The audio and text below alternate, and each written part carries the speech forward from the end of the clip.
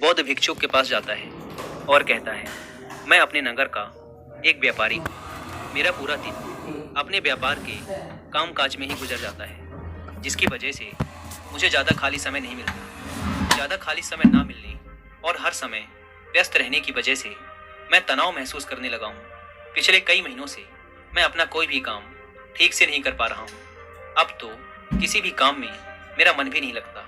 मुझे काम को टालने की आदत लग चुकी है। मैं बहुत ही आलसी और चिड़चिड़ा सा हो गया हूँ। अपनी इन सारी आदतों की वजह से मैं आजकल बहुत ही अशांत और व्याकुल रहने लगा हूँ। कृपया आप मुझे कोई ऐसा तरीका बताएं जिससे पूरे दिन मैं अपने मन को भटकने से रोक सकूं और पहले की तरह अपने व्यापार में मन लगा सकूं। बौद्ध भिक्षु ने व्यक्ति की सारी बातें पूरे ध्यान से सुनी और फिर कहा, तुम्हारी समस्या तुम्हारा काम में व्यस्त रहना नहीं, बल्कि अपने काम को बोझ समझना है। और कोई भी इंसान काम को बोझ केवल तभी समझता है जब वह वर्तमान में चल रहे काम पर ध्यान ना देकर सिर्फ अपने काम के भविष्य के बारे में सोचता रहता है और अपने मन में उसकी योजनाएं बनाता रहता है कि मैं भविष्य में इस काम को ऐसे करूंगा, इसे इतना बड़ा बना दूंगा। और जब इंसान सिर्फ किसी काम के बारे में सोचता रहता है लेकिन उसे पूरा करने के लिए कोई ठोस कदम नहीं उठाता, तो फिर वह उस काम को लेकर तनाव से घिर जाता है और फिर उसे वह काम बोझ लगने लगता है। यह सुन व्यक्ति ने कहा, हाँ महात्मन, आपने तो मेरे मन की बात कह दी। मैं भी पिछले कई महीनों से रोज अपने काम पर ध्यान देने की बजाय अपने व्यापार के भविष्य के बारे में सोचता रहता हूँ कि कहीं भविष्य में मेरा व्यापार कम ना हो जाए, कहीं कोई दूसरा व्यापारी मेरे व्यापारिक इलाकों में कब्जा न कर ले। और ऐसी ही कई तरह की नकारात्मक बातें मेरे मन में चलती रहती हैं, जिससे मैं अपने आज के व्यापार पर ध्यान नहीं दे पा रहा हूँ। यह सुन बौद्ध भिक्षु ने कहा, हम अपने विचारों में समस्याओं को जितना बड़ा बना लेते हैं, असल जिंदगी में समस्याएं उतनी बड़ी नहीं होती। तुम्हें केवल अपने आज पर ध्यान देने की जरूरत है, बाकी सब अपने आप ही ठीक हो जाएगा। व्यक्ति ने कहा, महात्मन, मैं यही तो नहीं कर पा रहा। मैं अपने आज के कामों पर ही तो ध्यान नहीं दे पा रहा। मैंने बहुत कोशिश की, लेकिन मैं हर बार भटक जाता हूँ। मैं अतीत में की हुई गलतियों पर पश्चाताप करने लगता हूँ, भविष्य की योजनाएं बनाने लगता हूँ और फिर मेरा मन अशांत हो जाता है। आप मुझे कोई ऐसे तरीके बताएं जिससे मैं आज पर ध्यान केंद्रित कर सकूं, लेकिन मैं लंबे समय तक ध्यान योग इत्यादि नहीं कर सकता और ना ही कोई बड़ी साधना कर सकता। इसीलिए आप मुझे कोई आसान तरीका ही बताएं। बौद्ध भिक्षु ने कहा, ठीक है, आज मैं तुम्हें 10 ऐसे छोटे छोटे तरीके बताने जा रहा हूँ जिन्हें तुम अपने रोज के कामों के साथ भी कर सकते हो। ये तरीके सुनने में तो बहुत छोटे लगते हैं, लेकिन अगर तुमने पूरी दृढ़ता के साथ इनका पालन किया तो सिर्फ कुछ दिनों में ही तुम्हें इनके सकारात्मक परिणाम दिखने शुरू हो जाएंगे और तुम अपने वर्तमान के कामों को ज्यादा ध्यान पूर्वक कर पाओगे। व्यक्ति ने कहा, जी महात्मन, आप मुझे वो 10 तरीके बताएं, मैं जरूर उनका पालन करूंगा। बौद्ध भिक्षु ने कहना शुरू किया, पहला तरीका है ध्यान पूर्वक भोजन करो। ज्यादातर लोग भोजन करते समय भोजन करने पर ध्यान नहीं देते, बल्कि उनका ध्यान तो किसी से बातें करने, किसी पुराने विचार में खोए रहने या फिर कुछ देखने में होता है, जिससे उनका मन भोजन करने के दौरान भी अशांत रहता है। जबकि हमें भोजन की थाली आने के साथ ही उसकी सुगंध, थाली में कौन सा भोजन परोसा गया है, भोजन देखने में कैसा है, इन सब का पूरे ध्यान पूर्वक निरीक्षण करना चाहिए और मन ही मन भोजन बनाने वाले और उस भोजन को उगाने वाले का धन्यवाद प्रकट करना चाहिए। हर एक निवाले के साथ भोजन के स्वाद का आनंद लेना चाहिए, ना कि सिर्फ पहले निवाले का। अगर तुम पूरे प्रेम के साथ ध्यान पूर्वक भोजन को ग्रहण करते हो तो भोजन के खत्म होने तक तुम्हारा मन एकदम शांत हो जाएगा और तुम अंदर से आनंद महसूस करोगे।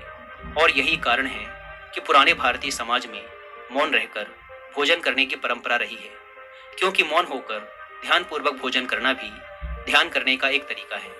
और ना केवल भोजन करते समय, बल्कि अगर तुम रोजमर्रा के अन्य कामों को भी, जैसे कि चलना, नहाना, सफाई करना इत्यादि को भी ध्यान पूर्वक करते हो तो तुम पूरे दिन खुशी और आनंद से भरे रहोगे। बौद्ध भिक्षु ने कहा, दूसरा तरीका है अपनी सांसों पर ध्यान दो। सांस प्राकृतिक रूप से चलने वाली एक स्वाभाविक और लयबद्ध प्रक्रिया है। जब हम अपनी आती जाती सांसों पर ध्यान देते हैं तो यह हमें हमारे दिमाग से निकालकर शरीर में ले जाती है। परिणाम स्वरूप हम अपने विचारों की उलझन, भय और चिंताओं से मुक्त हो जाते हैं और यह काम तुम किसी भी समय कर सकते हो।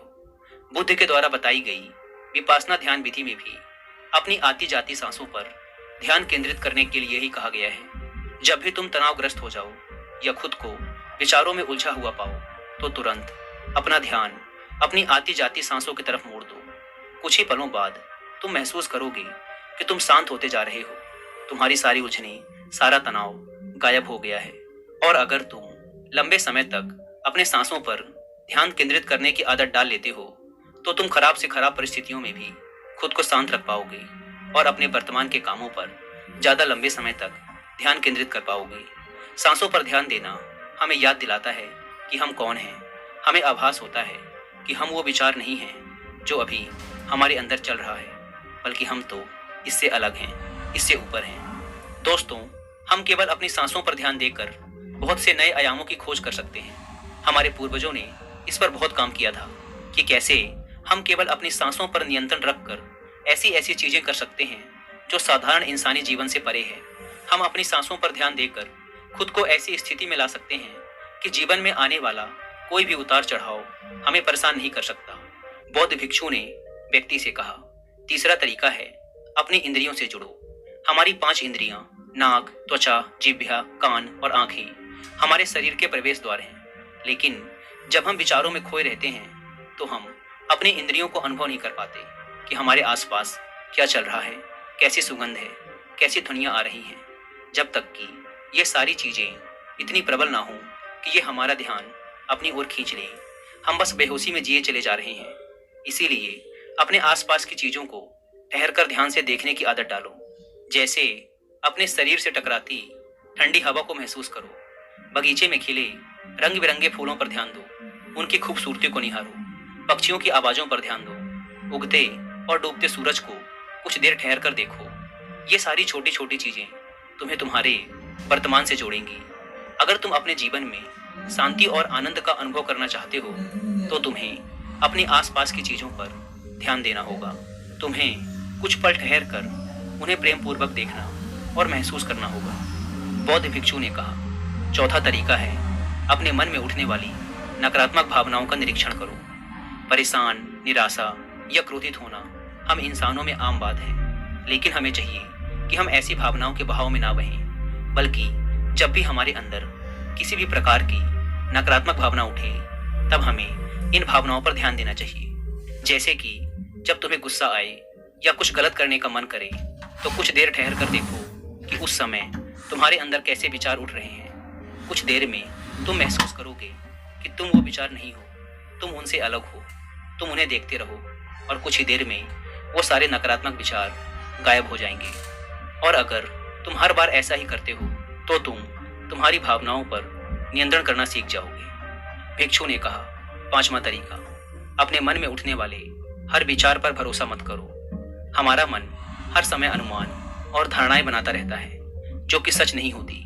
जैसे कि जब भी हम किसी व्यक्ति से मिलते हैं या किसी नई चीज को देखते हैं तो तुरंत हमारा मन उसके बारे में अपनी पूर्व धारणाएं बनाने लगता है और फिर उस चीज या इंसान को या तो अच्छा या बुरा बनाकर हमारे सामने पेश करेगा।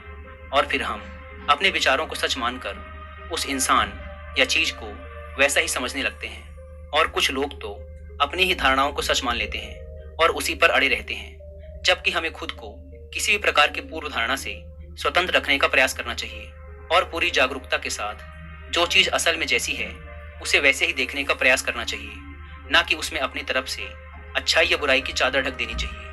अगर तुम वर्तमान में रहते हुए पूरे साक्षी भाव के साथ बिना किसी पूर्व धारणा के किसी भी चीज को देखते या सुनते हो तो यह तुम्हें शांत और तनाव मुक्त रखेगा।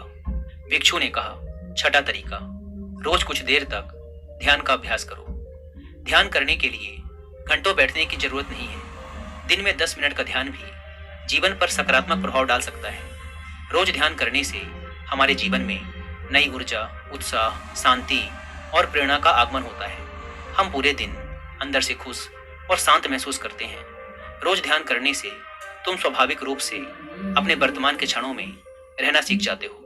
भिक्षु ने कहा। सातवां तरीका, जो तुम्हारे पास है उसके लिए आभारी रहो।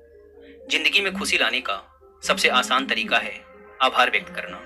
धन्यवाद अदा करने से न केवल जो चीज़ें हमारे पास है उनसे हमें असली खुशी मिलती है, बल्कि जो हम पाना चाहते हैं उसे पाने का रास्ता भी हमें दिखना शुरू हो जाता है। क्योंकि धन्यवाद के भाव से भरा मन समस्याओं की तरफ नहीं बल्कि उनके समाधान की तरफ केंद्रित होता है। जो भी तुम्हारे पास है उसके लिए इस अदृश्य ब्रह्मांडीय शक्ति का धन्यवाद अदा करना तुम्हारे जीवन को जादुई तरीके से बदल कर रख सकता है। तुम्हें यह सोचना चाहिए कि तुम कितने धन्य हो कि तुम्हारे पास एक निश्चित चीज है। उदाहरण के लिए तुम्हारे पास एक अच्छा व्यवसाय है और ना जाने कितने लोग तुम्हारे जैसा व्यवसाय करने की इच्छा रखते होंगे, लेकिन उनके पास नहीं है। साथ ही तुम्हें इस चीज के लिए भी आभारी होना चाहिए कि तुम्हारी थाली में खाना है, जबकि दुनिया भर में लाखों लोग भूख से मरते हैं। भिक्षु ने कहा, आठवां तरीका, दूसरों की बातों को ध्यानपूर्वक सुनो। किसी दूसरे व्यक्ति से बात करते समय यह सोचे बिना कि उसे क्या कहना है या उसकी बात का कैसे जवाब देना है, तुम्हें पूरे ध्यानपूर्वक सामने वाले की बातों को सुनना चाहिए। तुम्हें सामने वाले से बात करना है उसे जवाब देने के लिए नहीं, बल्कि उसकी भावनाओं को समझने के लिए। जब तुम किसी से बात करो तो अपने कान, दिल और अंतर्मन से उसकी बातों को सुनो और समझो। ऐसा करना सामने वाले से तुम्हारे रिश्ते को तो मजबूत करेगा ही, साथ ही ये तुम्हारे लिए एक अभ्यास है अपने धैर्य और एकाग्रता को बढ़ाने का। और जब हम ज़्यादा सुनते और कम बोलते हैं तो हम बहुत सी परेशानियों से भी बच जाते हैं, जिससे हमारा मानसिक तनाव भी कम रहता है। और याद रखो, किसी भी इंसान की बातों को ध्यानपूर्वक सुनना उसे सम्मान देने का सबसे अच्छा तरीका है। भिक्षु ने आगे कहा, नौवां तरीका, अपने महत्वपूर्ण कामों के लिए एक समय निर्धारित करो। तुम्हें अपने दिन के कुछ समय को महत्वपूर्ण कामों के लिए निश्चित रखना चाहिए, जैसे काम का समय, नहाने का समय, सफाई का समय, खाने का समय। महत्वपूर्ण कामों को समय के साथ बांटना यह सुनिश्चित करता है कि वे चीज़ें बिना किसी बाधा के नियमित रूप से होती रहें। दिन के सही समय पर सही काम को करना हमारे जीवन में अनुशासन लाता है और अनुशासन से जीवन में शांति और खुशी आती है। भिक्षु ने कहा, 10वां और अंतिम तरीका, अपने रोजमर्रा के कामों में जागरूकता लाने का प्रयास करो। तुम जब भी किसी काम को करो तो उसे वर्तमान में रहकर करने की कोशिश करो। हर बार तुम्हारा मन अपने विचारों में खो जाएगा, लेकिन तुम्हें फिर से खुद को वर्तमान क्षणों में वापस लाना है।